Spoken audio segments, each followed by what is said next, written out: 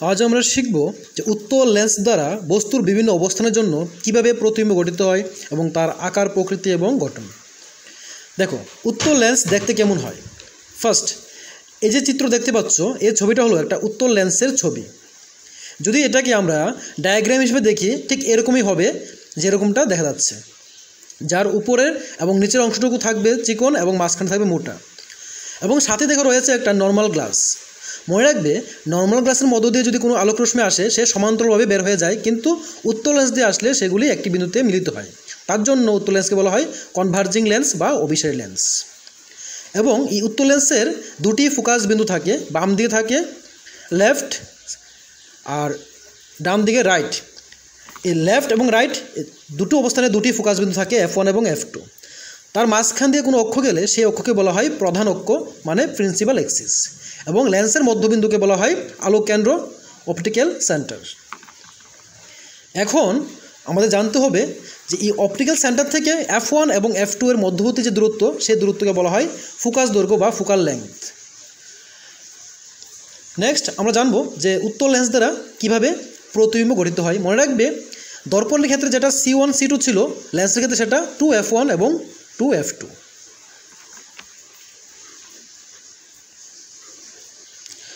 তো চলো দেখা যাক যে উত্তল লেন্স দিয়ে কিভাবে কোনো প্রতিবিম্ব গঠিত হয়।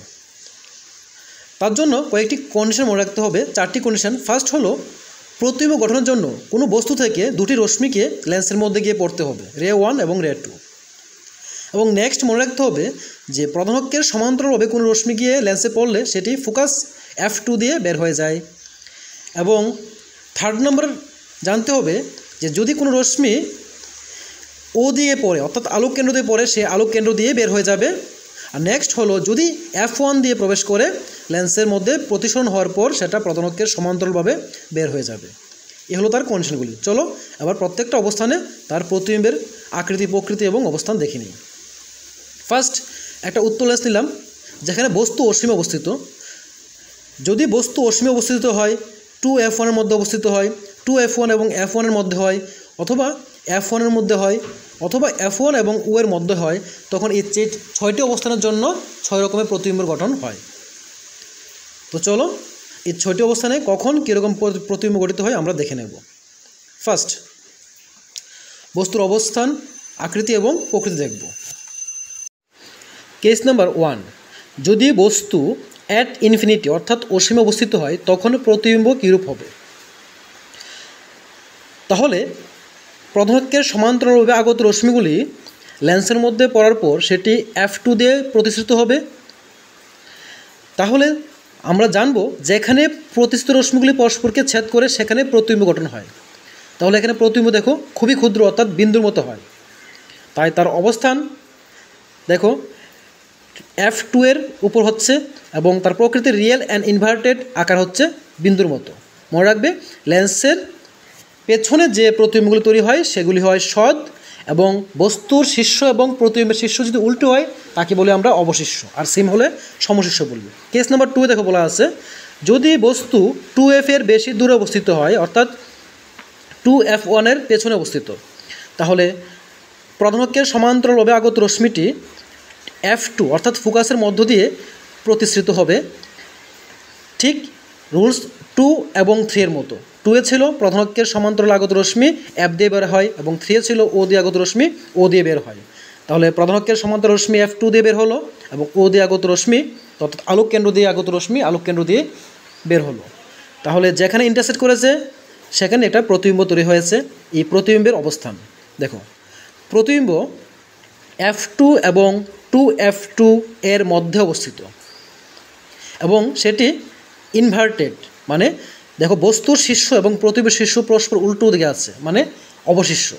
তাহলে অবস্থান পেয়ে গেলাম F2 এবং 2F2 এর মাঝখানে। প্রকৃতি হলো রিয়েল অ্যান্ড ইনভার্টেড, অর্থাৎ বাস্তব, সদ, এবং হলো অবশিষ্য। সাইজ হলো বস্তুর তুলনায় খুবই ক্ষুদ্র, smaller than object. Case number 3 দেখো, কেস নাম্বার 3 কী বলা আছে, যদি বস্তু 2F এর উপর অবস্থিত হয়, তখন প্রধান অক্ষের সমান্তরালভাবে আগত রশ্মি F2 দিয়ে বের হবে, এবং আলোক কেন্দ্র দিয়ে আগত রশ্মি আলোক কেন্দ্র দিয়ে বের হওয়ার পর প্রধান অক্ষের উপর দেখো একটা প্রতিবিম্ব তৈরি হয়ে গেছে, যেখানে ইন্টারসেক্ট করেছে দুটো লাইন। তাহলে তার অবস্থান 2F এর উপরে অবস্থিত। প্রতিবিম্বের অবস্থান হলো 2F এর উপর। প্রকৃতি বা নেচারটা হবে দেখো, যেহেতু লেন্সের সামনে হয়েছে আর লেন্সের পেছনে হয়েছে, সে হবে সৎ এবং অবশিষ্য।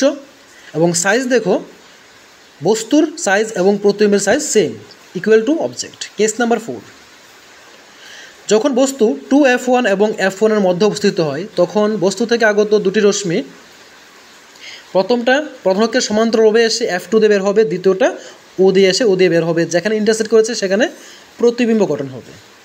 দেখো প্রতিবিম্বের অবস্থান কোথায় রয়েছে? প্রতিবিম্বের অবস্থান রয়েছে 2F2 এর পেছনে। এবং তার প্রকৃতি দেখো, সৎ এবং অবশিষ্য, রিয়েল অ্যান্ড ইনভার্টেড। আকার দেখো, বস্তুর থেকেও বড়, অর্থাৎ এনলার্জ।